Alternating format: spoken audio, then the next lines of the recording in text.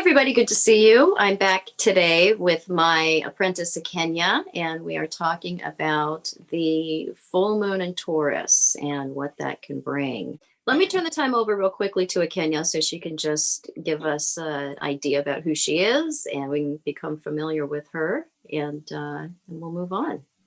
Awesome. Thank you, Jewel. Yes, my name is Akenya. I'm also known as Akenya the Empress or Double Venus of Double Venus Astrology.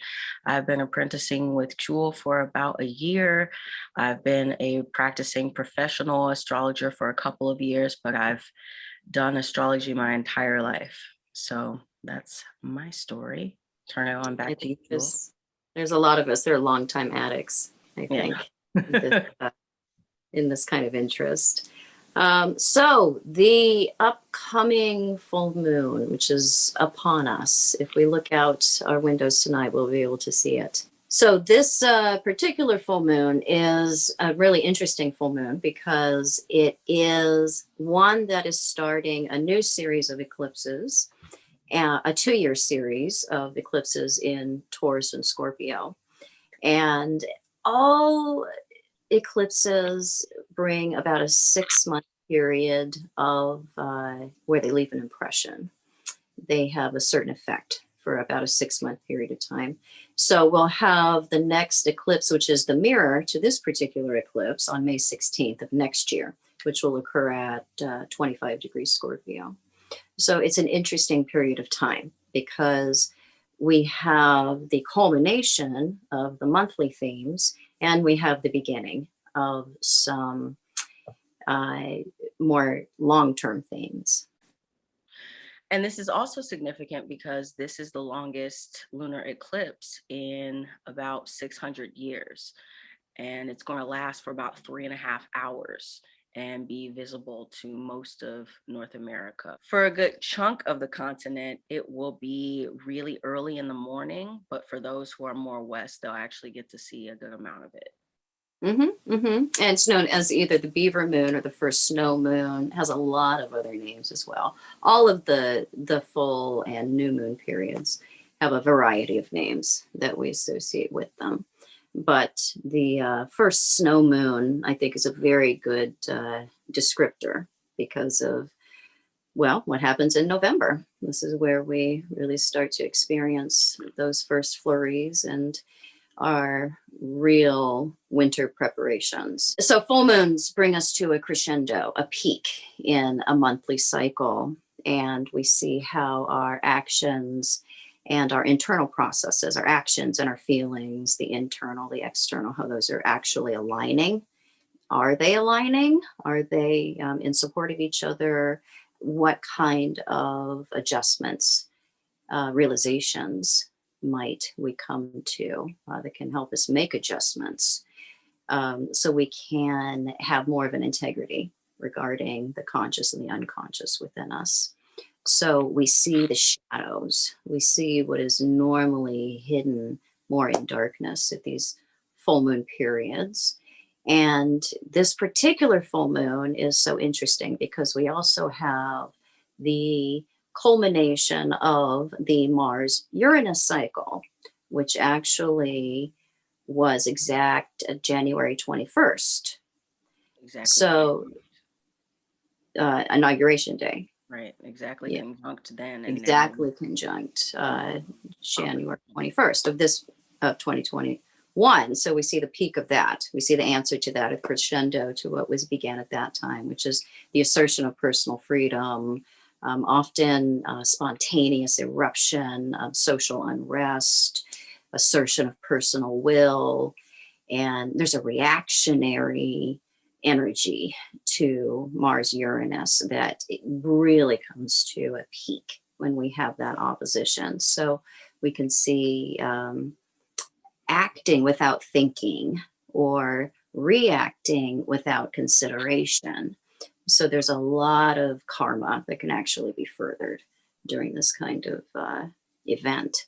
So not only do we have a particularly weighty full moon, we also have a Mars-Uranus crescendo that is adding fuel to the fire. So there's a lot to watch over this 6-month period of time because the unravelings, the social unrest that we've seen over the period of time where we went from Mars-Uranus conjunction now to Mars-Uranus opposition, that now completes the cycle that we'll see over the coming months.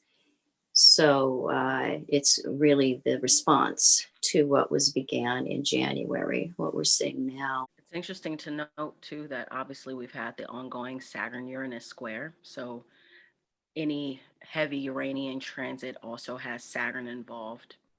And Which on even the 21st was really closely square. yes, So and Jupiter was still there too. it was, and Jupiter is involved today as Yeah. well during this one, which also makes everything much bigger. Jupiter will always, breathe hot air into whatever it touches and adds a social and belief or religious curiosity to Overtone. things over time.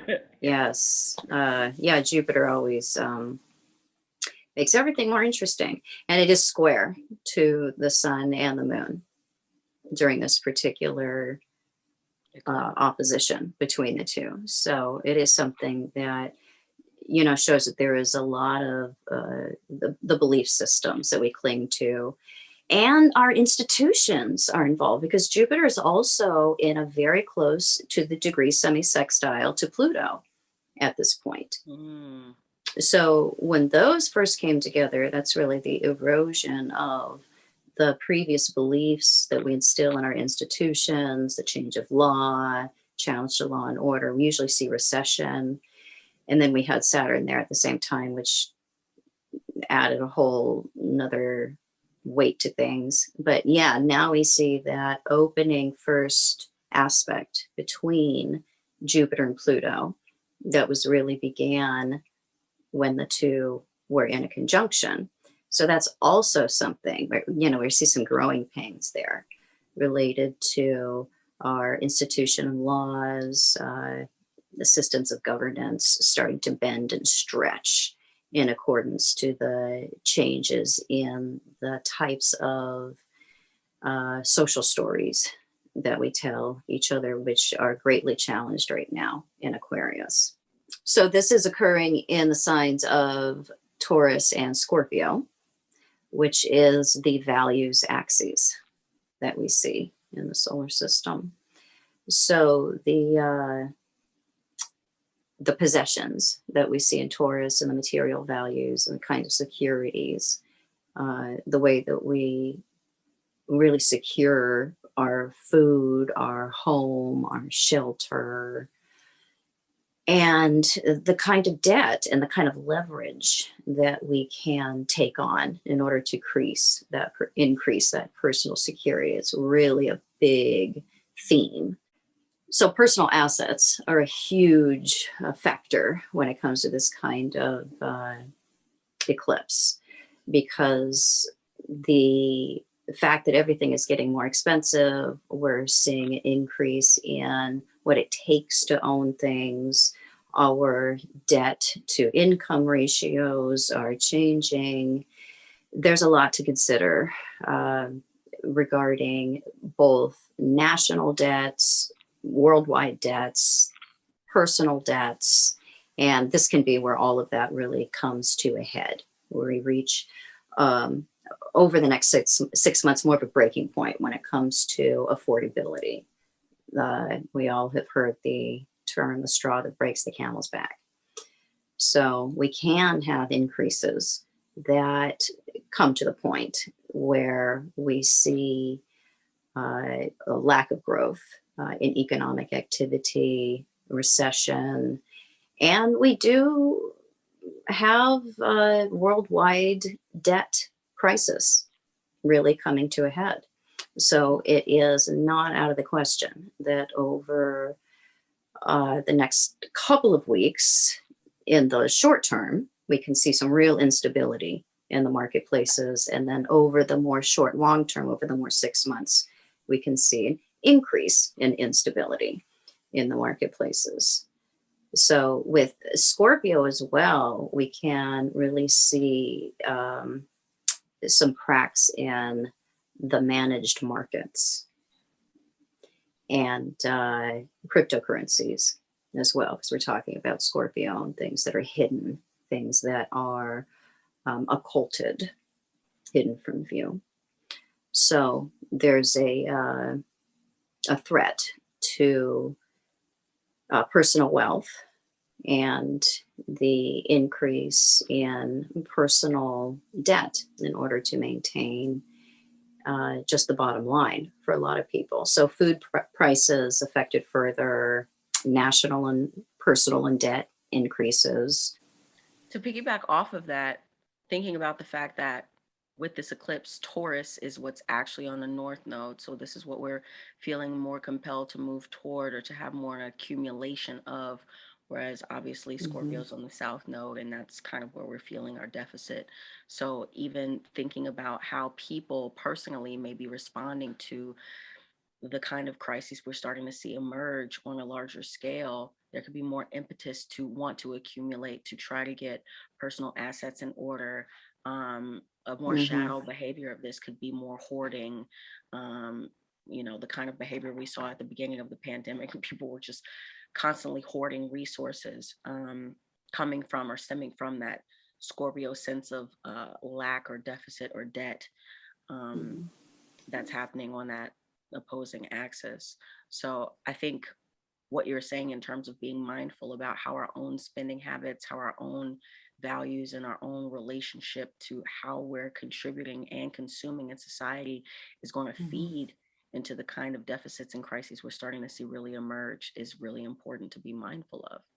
So I think that the main takeaway from this particular event, this particular weighty full moon, is to really get a good look at our own selfish tendencies and our own self-protective tendencies and how those are contributing both positively to our lives and the people around us, and how our own appetite for more may be contributing negatively. And to really shore up the ability to have what we need and to really question what we need versus what we want.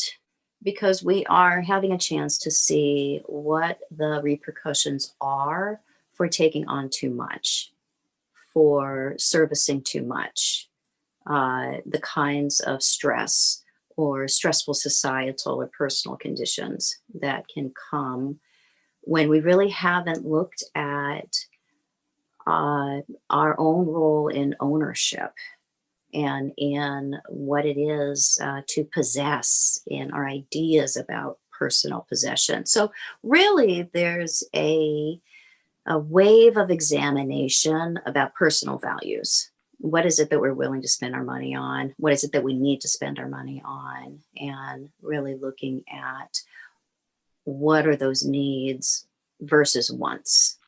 Because I think often in the West, we get very confused about wants and needs, and oftentimes our wants can really appear to us to be needs.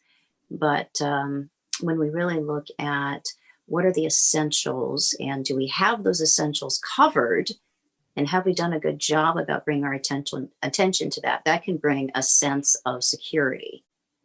It also sounds like in stating the need for valuing what it is we already have, being clear on what it is we need versus maybe more selfish or superfluous desire, that this full moon could also call to attention a need for real practice of gratitude. Being grateful for what we have and what we've been able to sustain and maintain amidst a global pandemic. Even being just grateful for the fact that we have our physical bodies, our health, hopefully, because there are those who not only have less than, but who have lost their lives.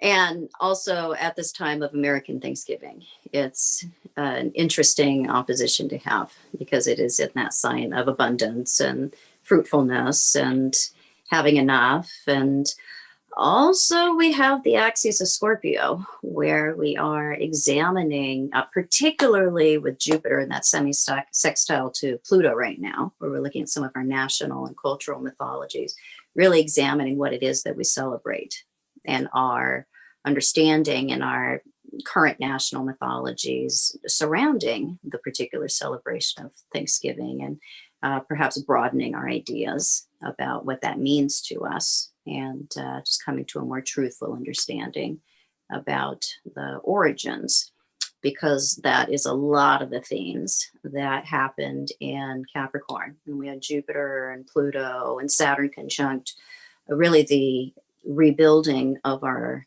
institutions and our national stories and the national agreements that we all have. Those are really being rebuilt at this time. So that is something you'll get a tweak with that opposition between Mars and Uranus as well, because Uranus is a social planet. But yeah, it is very interesting that Jupiter just happens to be square to the sun and the moon. So some of those common meanings that we have, the common bonds, the social bonds that really stem from the kinds of stories that we all share, the national stories, the mythologies, the religious and cultural stories we tell each other. Those are really morphing at this time. So it's interesting that some of the traditional celebrations that we've had, we're really updating and adding to, and sometimes even changing the understanding of those celebrations and what it is that we're celebrating. So growing pains.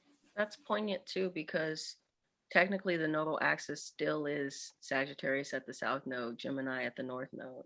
That's why it's a partial eclipse, right? And so even thinking about Jupiter squaring that, Jupiter squaring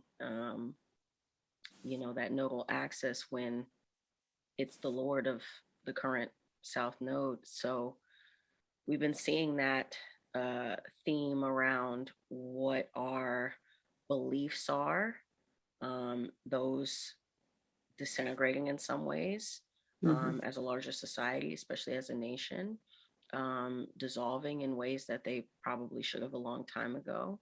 The sense of urgency around that. And on the North Node, having Gemini there, the need for fact-based knowledge and assessment. Yeah, good point. Good point. So there's a lot to watch over the next 6 months. The eclipse cycle, the Mars-Uranus culminating opposition, Jupiter getting into the middle of the full moon. There's a lot of moving parts. So thank you, Akenya, for being able to join me today. Glad we got to have this conversation. If you guys are interested in more conversations like this, join us live Sunday. We will be talking about the upcoming Saturn-Uranus square, which is coming to a head again around Christmas. So there's more to unpack there as well when it comes to social unrest and changes. So thank you guys for joining me. And if you're interested in more conversations like this, tune in Sunday and we'll see you guys around.